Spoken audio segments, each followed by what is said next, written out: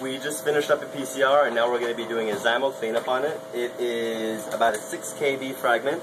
I have 50 microliters of that 6 kb fragment, so I am going to be doing a regular zymo cleanup as opposed to a small fragment zymo cleanup. In order to do that, I just need my PCR. I need my zymo tubes. They look like this. They do not look like mini prep tubes. Mini prep tubes have a little cap on them, at least in our lab. They have a little cap on them. So you always use a zymo tube whenever you're doing a cleanup, PCR cleanup. And then finally, I just need a 1.5 mil epi tube. That's what I'm going to dilute into. And you just want to label everything. Make sure, like, in this case, I have clones 1 through 4, so I've used 1 through 4. Probably not enough information. You're going to want to do a little bit better with some labels. In order to start this, I need a little bit of ADV, and I'm going to put 5 volumes of ADV into my PCR reaction. So since I have 50 microliters there, 250 microliters of ADV. And I am running a little bit low on the ADV, so hopefully I have enough to get through this. Looks like I do. So pull that up very slowly, double check, that's about 250. Eject it. I'm actually going to kind of mix it in there a little bit. I'm going to pull it up twice, 1 and 2, and then just squirt it right on to my column, and I'm going to be switching tips every time. So that was sample 1, and I just got to do this 4 more times. And what this does is this is just changing the buffer conditions so that when I spin this column, the DNA will stick to the little resin or the matrix that is at the bottom of that column, and then it will allow me to clean up that DNA and collect it.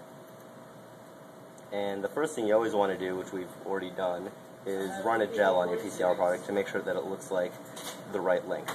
Because if you run a gel and you see it's totally wrong, you don't want to waste your time setting up a zymo cleanup. You could spend that time setting up a new PCR or adjusting your parameters or ordering new oligos. So we'll just pretend that we already ran the gel. Okay, so now all 4 of my samples are in their tubes, and you can, at this point, you can toss your original PCR tubes, unless you've labeled them in some special way and you need to remember the order. I'm just going to toss it for right now, and we're just going to spin this down for 30 seconds, making sure that you balance everything. I have 4 samples, so I can put it in a X-like format or a cross-like format. Put it in. Usually do 30 seconds, but for right now we'll just do a 15-second spin. Spin that down, and then we're going to rinse with PE buffer, which is somewhere up here. Always check that your PE buffer has had ethanol added to it. This is fresh, I just made it, so I know if it's up to there, it has had that ethanol. And we're going to be doing 2 rinses of 250 microliters on those columns. So I'm going to go back. I'm already set to 250 microliters. Some people do 200 microliters. I don't think it really matters, but you do want to do 2 rinses. There's something about the efficiency of the wash steps, and doing 2 wash steps versus 1 big wash step is very important. So 1, 2, 3, 4. Tap. Another 15 seconds. And again, I'm doing 15 seconds just to kind of get through this a little bit quicker. Generally, you want to do 30 seconds. 45 seconds is probably the best. But 15 seconds will work. And if you are doing 15 seconds, after every spin, you want to look in the column when you open up the centrifuge and make sure that it looks dry. If there's any residual liquid there, then you know that your little 15-second shortcut did not work. So that was rinse step number 1. Now we're about to do rinse step number 2. Another thing is that since we're doing a PCR cleanup, we're using relatively small volumes, so we don't need to discard the waste every time. If we were doing a different type of a cleanup, the waste would accumulate in the flow-through, and we would actually have to take out our columns and discard that waste, so otherwise it would fill up. So we have a device that looks like this. Otherwise the waste would start to fill up and fill up and fill up, and then once it hits the bottom of that, or whatever stuff we put in here will not be able to flow through. But since we're using small volumes, we're probably only going to get up about 3/4 of the way.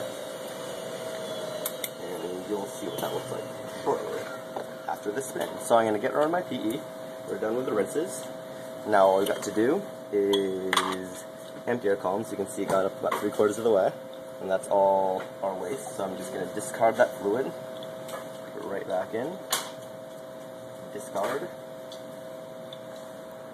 put it right back in, discard, back in. Ah, lots of sticking on me. Ah, come on. There we go. Got it. Discard the fluid. And the drying step we actually do for 90 seconds. I generally do it for about 2 minutes just to kind of get it extra dry. And what this is doing is it's spinning it really hard to get rid of any extra alcohol. And what alcohol will do is it will change water's ability to elute the DNA.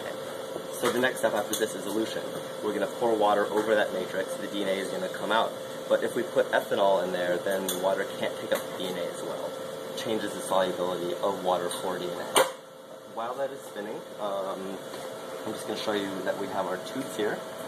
And I'm just going to open those up. 1, 2, 3, 4. So whenever you're doing a protocol, I always try to get everything prepped for the next step.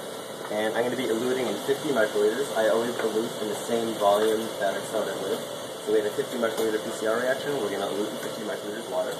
Take a T200, set it to 50. I'm going to get a tip. I'm going to find my water. And now I'm ready to go. Water can be right here. And just gotta wait for 20 more seconds. So real quick, while we have a little bit of time, we'll run you through the procedure one more time. We start off with our PCR mixture. We add 5 volumes of ADB, which is agarose dissolving buffer, if we're using the Zymo kit. We're then going to put that all onto our columns. They look somewhat like this. We're going to spin that down for about 30 seconds. We're then going to add 250 microliters of PE, spin that down for 30 seconds. Add a second 250 microliters of PE for a second wash step, spin that down for 30 seconds. Pull out our columns, ditch the waste, put it back in the centrifuge, dry it for 2 minutes, which we just finished, and now we're going to do the elution step. So we can pull out our tubes, and you can see there's very little bit of liquid in there, and these things should be bone dry. So we're going to put that, we're going to put each sample, double checking that they're in the order, so 1, 2, and this is kind of the stage where if you're going to switch a tube up, it's going to happen here, and so just be extra careful. So 1, 2, 3, 4. I have my pipette. That's not my water. My water is here. Please double check what's your water and what's not your water, and you want to be using clean water here. And this is actually pretty easy to do. I just pull up 50, and then it's kind of a cone, so I can just kind of squirt it in, and it's, I don't need to aim for anything. In a mini prep, there's a large surface that you need to get completely wet, but here the surface is relatively small. So just squirt it on in, eject that tip, and we're about 30 seconds away from being done. So just load my tubes up one more time, making sure that they're properly balanced. And you want to make sure that at the elution step, that these tops are kind of supported so that when they get spun, they don't snap off. We're going to go down to 30 seconds. And if we've done everything correctly, we're going to end up with cleaned up DNA just in water. And since this is a PCR, we have DNA fragments and water. And we can use this DNA for whatever we want. We're going to be using it for that cycle-1 or genome integration. So 12 more seconds. Try to think if there's any other things I can do. Oh, so this procedure can be used not only for PCR cleanups, but if you do a digestion and you want to clean it up, you're probably going to be doing this. If you've cut some DNA out of a gel that you've run, you're going to put that piece of gel into that ADB, melt it, and then it's pretty much the exact same procedure. So we have finished our final elution step, and you can see that we have about 50 microliters of fluid. So you can ditch that column, and you have all of your samples, and you can proceed on to the next cloning step. That is how you do a Zymo cleanup, or a PCR cleanup.